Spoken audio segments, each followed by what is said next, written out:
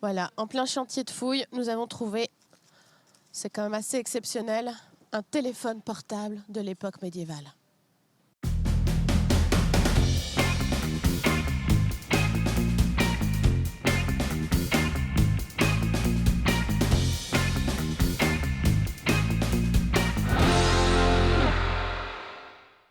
Bonjour à tous et bienvenue dans Sur Place, l'émission qui se déplace au gré de l'actualité. Aujourd'hui, nous sommes place Félix Fournier à Nantes car c'est le dernier jeudi de l'archéologie.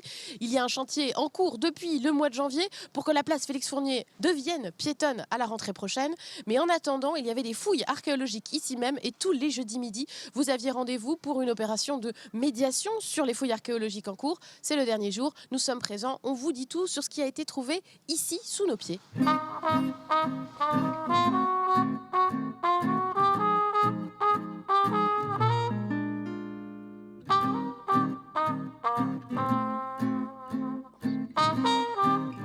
Je suis avec Franck Chaléa, bonjour. Bonjour. Vous êtes le responsable d'opération pour ce chantier de la place Félix Fournier. Quel était l'objet de ce chantier d'un point de vue archéologique ? Alors l'objet de ce chantier, c'était d'essayer de documenter et d'avoir un peu plus de données sur des vestiges anciens qu'on savait être présents, notamment sous le parvis de l'église. Et donc ces fouilles, vous saviez un petit peu ce que vous alliez chercher dans un premier temps? Alors pour la partie centrale de la place, oui, puisque la superposition des plans anciens avec les plans actuels nous montre clairement qu'avant la construction de l'église actuelle qui est à côté de nous... on est milieu 19e, hein? Voilà, pour celle-ci, milieu 19e. On a une église antérieure, probablement fondée au Moyen-Âge, qui est à 90 degrés par rapport à celle qu'on a aujourd'hui sous les yeux, qui est légèrement plus au nord et qui laisse la place du coup à l'endroit du parvis actuel à un îlot d'habitation. C'est ce qu'on voit là, ce qu'on découvre là, les murs qui sont là, alors les arrases de murs qu'on voit ici, effectivement, c'est le sommet de murs du rez-de-chaussée qui ont été rasés au moment de la construction de l'église. Ce qu'on a ici, en revanche, derrière nous, c'est en fait un niveau en dessous. C'est-à-dire, on n'est plus au rez-de-chaussée, on est dans une cave. Cette fois-ci, le rez-de-chaussée correspond à la race de mur qui est derrière vous, où on a un reste de cheminée, la partie rectangulaire qu'on voit au milieu, et cette partie-là, qui est derrière nous, cet angle de mur, en fait, correspond à un angle de cave, avec un reste de soupirail sur la droite qui a été bouché tardivement. Donc ça correspond à l'époque du chantier de la basilique Saint-Nicolas, finalement, mais vous avez pu remonter un peu plus haut, même, plus loin dans le temps. Alors, c'est la démolition qui date du chantier de la reconstruction de Saint-Nicolas. Mais les maçonneries qu'on a fonctionnent avec des maisons qui étaient là avant et qui ont été rasées milieu 19e. Donc les maisons, au vu des éléments bâtis qu'on a, on peut en dater certaines de la fin du Moyen-Âge, donc 15e siècle, en gros 1400, 1500, ou le tournant 15e, 16e siècle, vraiment à la fin, entre la transition entre le Moyen-Âge et la Renaissance. Donc c'est le bâti qui vous aide aussi à dater la construction de ces maisons-là. Puis il y a aussi des objets, des petits objets qui vous permettent de donner des indices. Oui, alors on en a trouvé évidemment massivement du milieu du 19e siècle, c'est-à-dire au moment de la destruction des maisons. Évidemment, tous les objets qui sont présents dans les maisons, sur les étagères, dans les placards, etc., tombent avec les murs qu'on écroule, restent dans la couche de démolition. Et donc massivement, ce qu'on a, c'est des objets du post-révolutionnaire. Fin 18e, début 19e siècle. Voilà, c'est vraiment 90% des objets qu'on a récoltés. Et aux endroits où on a pu faire des sondages ponctuels pour descendre dans les sols du rez-de-chaussée ou le long des murs pour voir un peu l'épaisseur chronologique qu'on avait en dessous, on a des céramiques notamment antérieures qui peuvent être du tout début de l'époque moderne, donc 16e, 17e siècle. Peut-être certaines qui peuvent être de la fin du Moyen-Âge, mais là, il faut attendre les études fines de laboratoire pour être sûr de la datation. Oui, le travail est encore en cours à ce niveau-là. Voilà. Un mot aussi peut-être de la muraille, du rempart qu'on voit là-bas. On le devine encore aujourd'hui. Vous en avez vu aussi d'autres traces avec ce chantier? Voilà, alors effectivement, toute la face ouest de la place, qui est aujourd'hui cernée d'immeubles, correspond grosso modo au tracé du rempart tel qu'il est à la fin du Moyen-Âge, au XVe siècle. Sachant que les façades actuelles des immeubles ne correspondent pas exactement au parement intérieur du rempart. En fait, elles sont posées, d'après ce qu'on voit, à mi-profondeur du rempart. Là où il a été appréhendé archéologiquement, ce mur de rempart sur Nantes, il peut atteindre jusqu'à 4 mètres d'épaisseur. Donc c'est un très gros mur. En partie basse, donc sous le sol de circulation actuel, on a eu une partie du parement intérieur. Et donc on voit que ce parement intérieur est 2 mètres à l'intérieur de la place par rapport aux façades actuelles.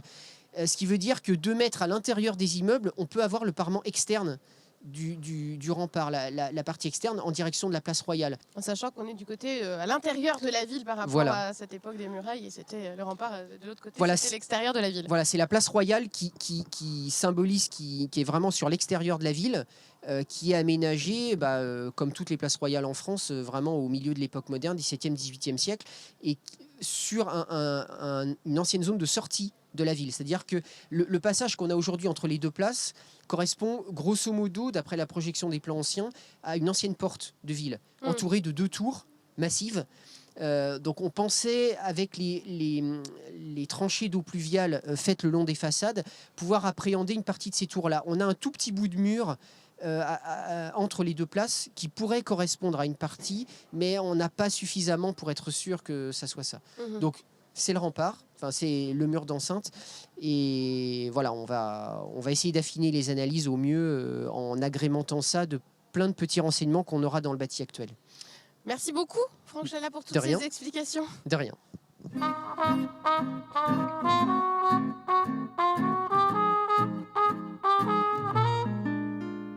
Je suis avec Ophélie de Peretti. Bonjour. Bonjour. Vous êtes à la mission archéologie de Nantes Métropole, chargée de valorisation et des collections. C'est vous aussi qui allez conduire l'opération de médiation tout à l'heure à 12h30 avec le public sur les fouilles de la place Félix Fournier. Alors, première question, pourquoi la mission archéologie de Nantes Métropole fait des fouilles ? Alors, la mission archéologie de Nantes Métropole fait des fouilles déjà parce qu'elle est agréée pour le faire par le ministère de la Culture et de la Recherche. Et en fait, à Nantes, donc, on a défini avec la complicité du service régional d'archéologie un certain nombre de zones qui sont essentiellement dans le centre-ville, mais pas uniquement, sur lesquelles il y a de fortes chances que des vestiges archéologiques soient enfouis. Donc dès que des travaux sont prévus dans ces secteurs-là, le préfet de région prescrit un diagnostic archéologique qui va permettre justement d'évaluer le potentiel archéologique impacté par les travaux d'aménagement. En fonction du résultat de ce diagnostic, une fouille va être réalisée. Donc là, aujourd'hui, vous voyez les derniers jours de la fouille préventive menée à l'occasion du réaménagement de la place Félix Fournier et des réseaux enterrés du quartier. Les fouilles, elles ont commencé le 9 janvier. Le diagnostic, vous l'aviez fait un peu auparavant, à l'hiver 2015.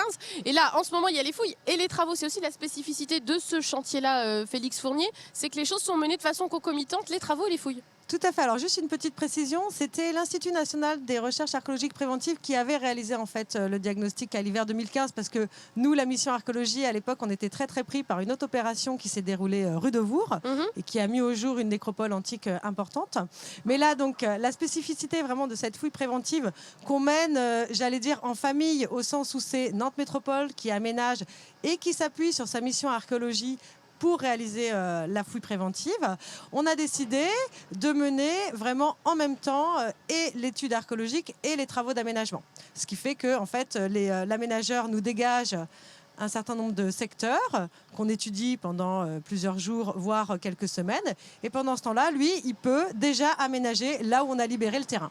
C'est pour ça que là, ça cohabite les grues et puis le chantier de fouilles en même temps, quoi. Exactement. Alors du coup, pour se repérer, on a mis tous les archéologues en jaune et tous ceux qui sont pour les travaux publics en orange, pour que les choses soient bien claires. Petit code couleur, ça marche toujours très bien. Très efficace. Voilà, très efficace. Alors la spécificité aussi de ce chantier, c'est que vous avez choisi de l'accompagner d'une opération de médiation avec un rendez-vous tous les jeudis midi depuis le début du chantier pour expliquer au grand public ce qui est en train de se faire. C'était quoi l'objet de cette médiation ? Pourquoi pour ce chantier-là en particulier ? On s'est dit quand même qu'on était en plein centre-ville. Il y a énormément de gens qui fréquentent le quartier dans la journée et notamment des gens qui travaillent dans le quartier et qui font leur pause déjeuner avec un sandwich souvent sur les marches de la basilique Saint-Nicolas. Donc on s'est dit que plutôt que de manger bêtement, autant les instruire un petit peu et leur présenter un petit peu ce qu'on était en train de faire. Parce que c'est vrai que là vous arrivez à la fin de l'opération archéologique, mais il y a un moment donné où il y avait quand même des vestiges qui étaient très lisibles, qui intriguaient évidemment les passants. Donc c'est une manière vraiment de leur donner rendez-vous, de laisser du coup les archéologues travailler à peu près tranquillement, de ne pas être en permanence, interpellés par le public curieux. Donc voilà, on réserve un petit temps qui est vraiment fait pour ça, où on leur explique ce qu'on espère trouver, ce qu'on a trouvé et un petit peu le déroulé de la fouille et de l'étude qui sera menée par la suite. Et ça a super bien marché.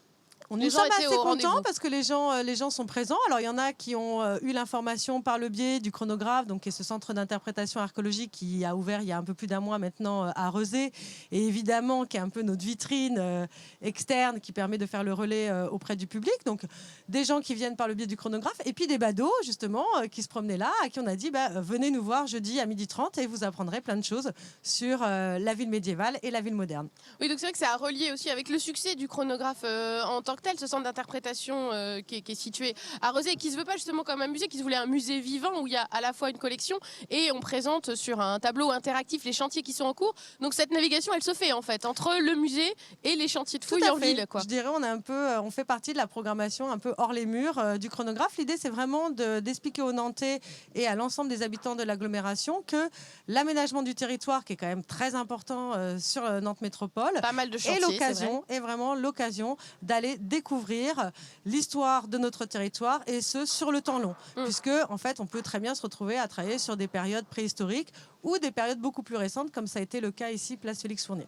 Et est-ce qu'il y a un aller-retour? Est-ce que ce que vous allez trouver ici va apparaître à un moment donné au chronographe ou pas? Bien sûr, évidemment. Donc après le temps d'étude, qui est souvent un petit peu plus long que la phase terrain, on fera une restitution, alors on ne sait pas encore exactement sous quelle forme, pour le public, pour présenter vraiment les résultats aboutis de cette opération préventive. Eh bien, très bien, merci beaucoup Merci à vous. Ophélie.